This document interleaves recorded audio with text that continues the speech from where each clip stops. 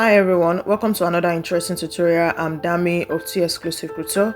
Today in our class we'll be learning how to make this beautiful top with a lapel collar and a button in the front, and the hemline also flares out a little bit. So if this is what you are looking at to learn, please stick to the end of the tutorial. If you are joining us for the first time today, please don't forget to click the subscribe button, turn on the notification bell to get notified anytime you have a new tutorial. And for our returning subscribers, thank you for always coming back. And also don't forget to share this video, comment, and also like the video. If you'd like to join my WhatsApp group where you can request for any tutorial, the link will be in the description box. So thank you for joining us today, and let's get started.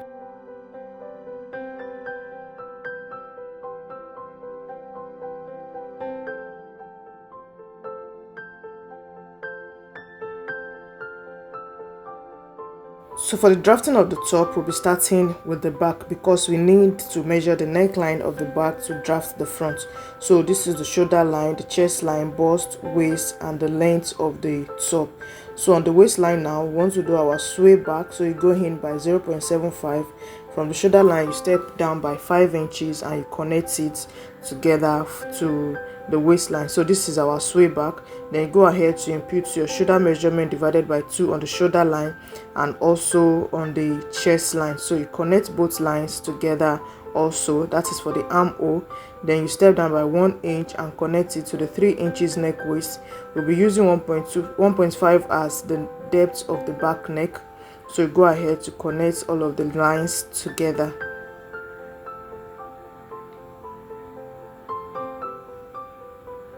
Alright, so then you go ahead to the bust line now to divide your bust by 4, then you mark it, and also the waist divided by 4, you go ahead to mark it. The difference in the front, the bust and the waist is what you'll be using as the dart. So you connect the lines together. So for this one now, we have the difference of 1.25. Then go ahead to mark your bust pan line, connect it together. So this is where we are going to be inputting our dart. So 1.25, I'm going to be dividing it to both sides of the bust pan line, and it will be stopping ½ inch before the bust point. So you go ahead also to connect the line together. So the down part of this, from the waist down to the length, is not going to be having any dart. So we are just going to be using the normal waist. So we connect our sway back also. You blend it into the length of the top. Then you go ahead to measure your hip divided by 4 on the length.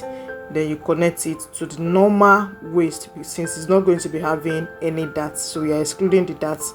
On the side, you go up by 1.5 to have a curvy shape at the M. So once you do that now, for the armhole, you divide it by 2, step down by 1. For the back, you go down, I go in by 0.5 to have a perfect armhole curve. So once you have this now, so the next thing we are going to be doing now is to measure what we have on the neckline. So for mine, I have 3.75. This is what we are going to be using for the collar in the front. So you just note it down like that. So once you're able to get this now, the back is not going to be having any zip. So you just go ahead to cut out the pattern like this. So as you are watching this tutorial, if you have any question, you can always drop your question in the comment section. And also don't forget to like the video, comment, and also share the video. Thank you. So for the darts, I'm going to be making mine to be a princess dart. You can make yours to be a shoulder dart. So don't forget to always label your pattern. So now for the down parts now, I'm going to be doing a little bit of slash and spread to add more volume to the hem. If you look at the design very well, it flares out a little bit. So you just mark out the slash and spread knife, but we are not going to be cutting through to the waist. We are not adding anything to the waistline. It's only the down part that we are adding volume to. So like this now, you just spread it on your fabric to have a little bit of volume instead of cutting a flare while still maintaining the normal measurements we have on the waist. So this is what the back is going to be looking like now. Then you can go ahead to cut out your dart. When you are spreading on the fabric, don't forget not to cut through to the waist. So then once you're able to get this now, you can go ahead to draft the front bodice. So I'll be using this pattern paper to draft the front pattern. So from the center of the pattern, I step in by 5 inches and also on the upper part by 5 inches. So this is going to be the space we are going to be using for the lapel collar. So it's from that line now we start our measurement. So on the shoulder line, I imputed my shoulder divided by 2, connected together for the armhole, and also on it to step down by 1 inch and connect it to 3 inches neck waist. For the front, we'll be using the neck depth of 3 inches, so it's by 3 by 3 neckline. So you connect it together and also you mark out the neckline like this. So the next thing we are going to be doing now is to impute our bust measurement divided by 4. With bust measurement also we'll mark it on the waistline, connect it together. So we are going to be imputing our waist measurement also. So the difference in the bust and the waist as usual is what we'll be using for our waist darts.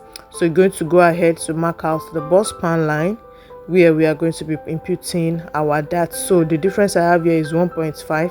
So I'm going to be splitting it on both sides. It will be stopping ½ inch before the bust point, and the difference in the front and the back half length here is 1.5. So that is going to be for the busts that. So you just go ahead now to mark out all of the line. So here I did not remember to mark out my bust that, but I later imputed it. So for the down part, like we did for the back, you are going to be imputing your hip divided by 4, then you connect it to the waistline. Don't forget, it's not going to be having any dart. Sorry, when I was doing this I did not know that it was not showing on the camera, so please pardon me. So I'll just try as much as possible to explain. So now we are trying to mark out the lapel. From the chest line, I extended it out. I marked out 3 inches up to the shoulder line.